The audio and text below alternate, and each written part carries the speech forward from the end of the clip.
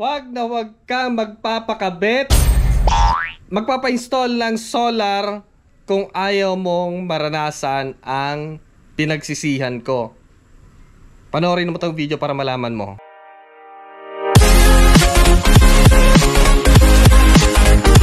Another day, another free energy, free electricity na naman ang ating na-receive ngayong araw na ito. Kasi nga, nagpa-install tayo or nag-install tayo ng solar inverter.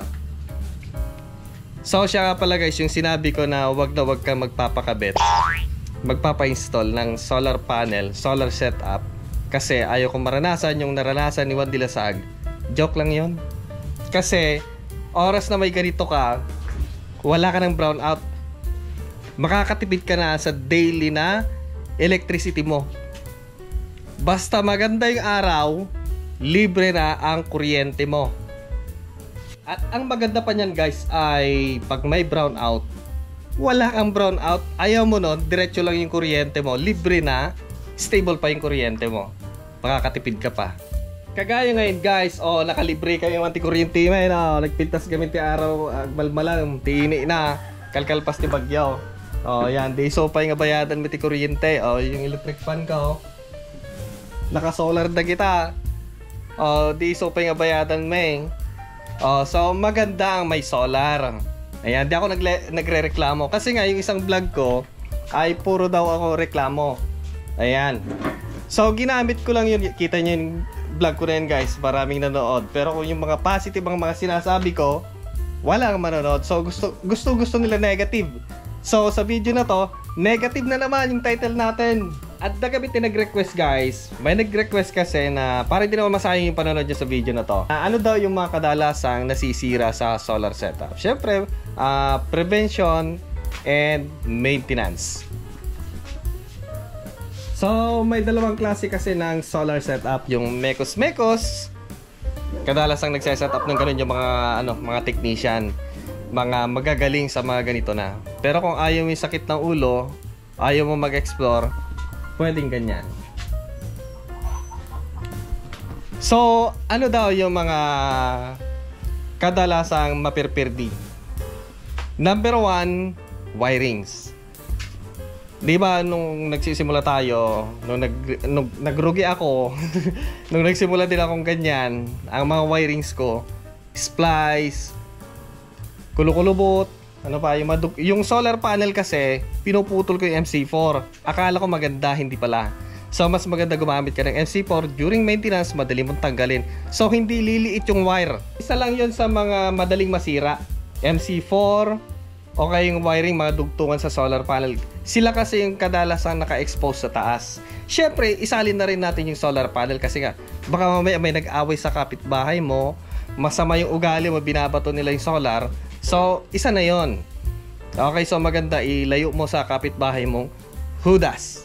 Isa pa ay yung mga solar charge control. Sa bagay hindi naman masyado nasisira. Kadalasang nasisira pa, mas mabilis masira yung battery ginagamit natin.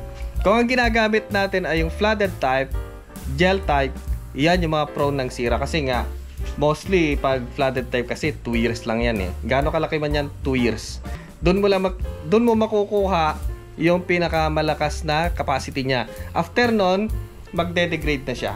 Pero kung ang ginamit mo ay yung mga DIY na mga LiFePO4 or lithium ion, medyo matatagal din sila kahit papano. Pero kung yung mga pre-made na, like LiFePO4 na mga pre-made, yung kumbaga meron ng casing, so mas matagal na naman yung lifespan. So kahit papano, kung marunong tayo mamili ng battery, yung kind of battery, mas matagal din siya. Pero yung sinasabi nila sa akin nun, yung nagbebenta, sabi niya, magandang solar battery.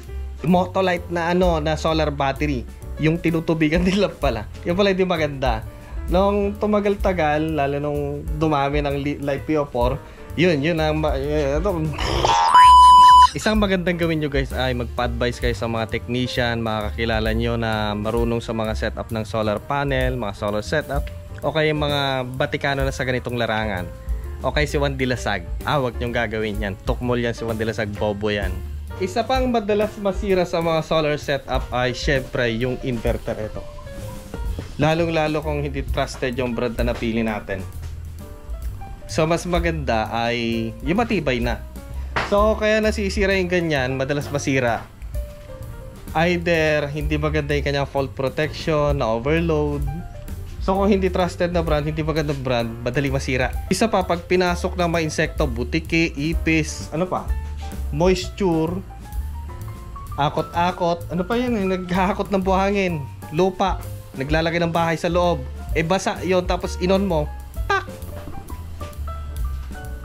Isang may sasuggest ko na ay Deye brand. Eto kasi ay walang papasukan ng mga butiki. Akot-akot, wala, kaya nakaganyan siya, oh. Wala papasukan yan. Kahit langgam di mo kakapasok dyan kasi nga weatherproof siya, splash proof. So kahit medyo natatalsikan ng ano, pwede siyang outdoor kasi. May brand na iba na pwedeng pasukan ng insekto. Ayan, maraming opening na pwedeng pasukan na reason para masira. So eto, wala. May mga fanless si Deye, kaya lang wala di papasukan ng ano, insekto sa loob. Isa pang madalas masira, lalo kung wala siyang circuit breaker box, yung ganito. Ayan. Kahit hindi natin masyadong kinagalaw-galaw, mas maganda may box siya. Yung mga ganitong walang box, naka-open lang siya. Ang tendency kasi nun, pag sakaling may mga insekto, tumae, buhangin, malalagyan sa ibabaw. So yung kanyang mga parts sa loob na nag-open, close, magkakaroon ng ano, ng dumi. So yun, masisira din. Sa mga solar panel kasi, wala pa naman ako masyadong na-encounter na brand na madaling masira aside from Bosca. Pero naka-encounter na pala ako, pero Bosca din lang, yung fake. Ayan, nagsuntukan yung dalawang aso. Yung fake kasi, ano siya mapapansin mo siya pag nagamit mo na, magdi-discolor yung iba. So imbis na 400 watts, baka 200 watts lang siya, kasi nga yung iba ay papel lang, printed na papel. So yun yung ano, titingnan ninyo. Ayan, kung minsan nagkakaroon na siya ng snail track, yun lang naman sa solar panel na kadalasang sira, tapos natatanggal yung frame. So mas maganda hindi masyadong tinatanggal, kabit, tanggal, kabit, kasi yung frame. Tapos yung isa, eto natatanggal na rin yung frame niya kasi nga taas baba, taas baba. Kahit yung isa natatanggal na rin yung frame, pero wala siyang snail track malinis. Ito lang. Pero dito sa ginagamit ko sa hybrid ay wala namang problema. Ang brand ito guys ay Jinko Tiger Neo, pero sabi nila hindi naman siya Jinko, fake daw. Pero until now wala naman siyang problema. Wala siyang snail tracks, malinis pa rin, maganda pa rin yung performance kahit paano. Sa mga bendable or flexible na mga solar panel, hindi ako fan yan kasi nga ang silicone ay brittle. So kahit flexible yan, iwasan natin mabend, nagkakrak yan. So dito yun yung reason kaya siya nagkakaroon ng snail tracks at yung expansion tuwing mainit tapos biglang lalamig. So yung mga flexible, alagaan pa rin natin kasi nga kahit nabebend yan, nagkakaroon ng crack. So kahit na flexible yan, pwedeng mabend, sabi nila wag na wag mo pa rin gagawin kasi nga hihina siya. Yung isa humina na, si Blue Yeti humina na yan. Itong bago okay pa siya kasi matigas, pero foldable siya. Kaya papansin niyo yung mga flexible, pag i-bend mo na crack, sabi niya gano'n, kakaroon ng mga micro crack. Sa short circuit kasi, kung masyado malapit sa inverter, lalo kung hindi maganda yung kanyang